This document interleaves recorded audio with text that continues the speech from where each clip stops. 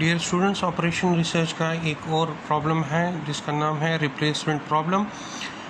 Replacement problem के एक example को सॉल्व करते हैं, इससे आपको रिप्लेसमेंट का जो प्रॉब्लम है उसका कंसेप्ट भी समझ आ जाएगा। इस प्रॉब्लम के 3 वेरिएंट्स हैं, जिसमें से हम पहला वेरिएंट देख रहे हैं when the constant resale value is given.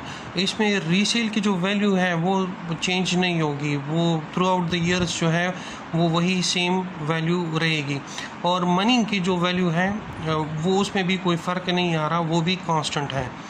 तो क्वेश्चन गिवन है the cost of the machine is ₹10,500 and it's scrap resale value is ₹500। The maintenance cost found through experience are as follows. एक row में आपके पास year given है और दूसरे में आपके पास मेंटेनेंस कॉस्ट गिवन है। तो टोटल 8 ईयर हैं। पहले ईयर का जो मेंटेनेंस कॉस्ट है वो 300 है, दूसरे ईयर का 500 है, तीसरे ईयर का 700 है। इसी तरह 8वें ईयर का जो मेंटेनेंस कॉस्ट है वो 3000 है। तो question is when should be the machine replaced. अब इस मशीन को हमने कब रिप्लेस करना है ताकि हमारा मेंटेनेंस का जो कॉस्ट है वो और ज़्यादा ना हो और हमारे लिए फ़ायदेमंद हो उस मशीन को रिप्लेस करना। तो वो कौन सा ईयर होगा जहाँ पर जाकर हम इस मशीन को रिप्लेस करेंगे। इसको सॉल्व करने के लिए आपको इस तरह का एक टेबल बनाना पड़ेगा जिसमें आपके पास टोटल 7 कॉलम्स हैं। जो फर्स्ट कॉलम है वो आपको ईयर ऑफ सर्विसेज बताता है। सेकंड वन जो है वो रीसेल वैल्यू है, जो कि क्वेश्चन में गिवन है कि 500 है, तो हमने इसको 500 फिक्स कर दिया। तीसरा कॉलम जो है दैट इज़ डिप्रिसिएशन कॉस्ट है, वो हम कैलकुलेट करेंगे by subtracting resale value from purchase value. तो आप देखें परचेज वैल्यू हमारे पास 10,500 है और रीसेल वैल्यू हमारे पास 500 है। तो 10,500 से 500 सब्ट्रैक्ट करेंगे तो वो इसकी डिप्रिसिएशन कॉस्ट होगी। उसके बाद हमने एनुअल मेंटेनेंस कॉस्ट, जो कि हमें क्वेश्चन में ऑलरेडी गिवन है, वो लिखना है। 5th कॉलम में हमें क्यूमुलेटिव मेंटेनेंस कॉस्ट कैलकुलेट करना है। 6th में जो है टोटल कॉस्ट कैलकुलेट करना है, जो कि कॉलम 3 और कॉलम 5 इन दोनों को ऐड करने से हमारे पास ये वैल्यू आएगी। जो लास्ट है that is average annual cost, वो कैलकुलेट करेंगे। फिर वो हम कैलकुलेट करेंगे column 6 total cost divided by year of services. जब हम ये कैलकुलेट करेंगे तो हमारे पास टोटल जो एवरेज एनुअल कॉस्ट है वो आ जाएगा। तो आप देखें जो पहला है ईयर ऑफ सर्विसेज, हमारे पास टोटल कितने ईयर्स हैं वो क्वेश्चन में हमें गिवन है, टोटल है 8 ईयर्स। तो हम यहाँ से स्टार्ट करते हैं और इस कॉलम में हम 8 ईयर्स तक वैल्यूज़ लिख देते हैं। दिस इज़ 1 2 3 4 5 6 7 और 8। रीसेल वैल्यू इज़ 500, वो 500 तो इन तमाम में आएगा, उसमें कोई चेंजेस नहीं होंगी।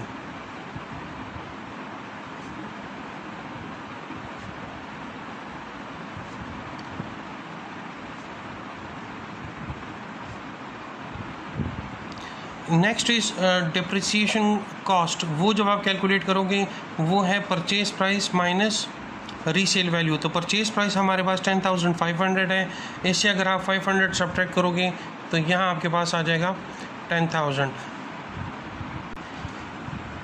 तो आप देखें आपके पास डिप्रिसिएशन कॉस्ट तमाम में 10,000 ही आएगी। अब आपने एनुअल कॉस्ट कैलकुलेट करना है, एनुअल मेंटेनेंस कॉस्ट कैलकुलेट करना है। वो आपके पास यहाँ क्वेश्चन में गिवन है। मेंटेनेंस कॉस्ट पहले साल के लिए 300, दूसरे के लिए 500, तीसरे के लिए 700। तो यही वैल्यूज़ आपने इसी कॉलम के अंदर लिख देने हैं। अब आपने जो है क्यूमुलेटिव मेंटेनेंस कॉस्ट ये कैलकुलेट करना है। तो जो पहले साल के लिए एनुअल मेंटेनेंस कॉस्ट है वही आपका क्यूमुलेटिव मेंटेनेंस कॉस्ट होगा। तो ये आपके पास 300 ही आएगा, जो पहले साल का एनुअल मेंटेनेंस कॉस्ट है। अगले साल के लिए जब आप कैलकुलेट करोगे इस 300 को आप ऐड करोगे इस 500 के साथ, 300 प्लस 500 तो ये आपके पास आ जाएगा 800, 800 प्लस 700 ये आ जाएगा आपके पास 1500, 1500 प्लस 1000 ये आ जाएगा 2500,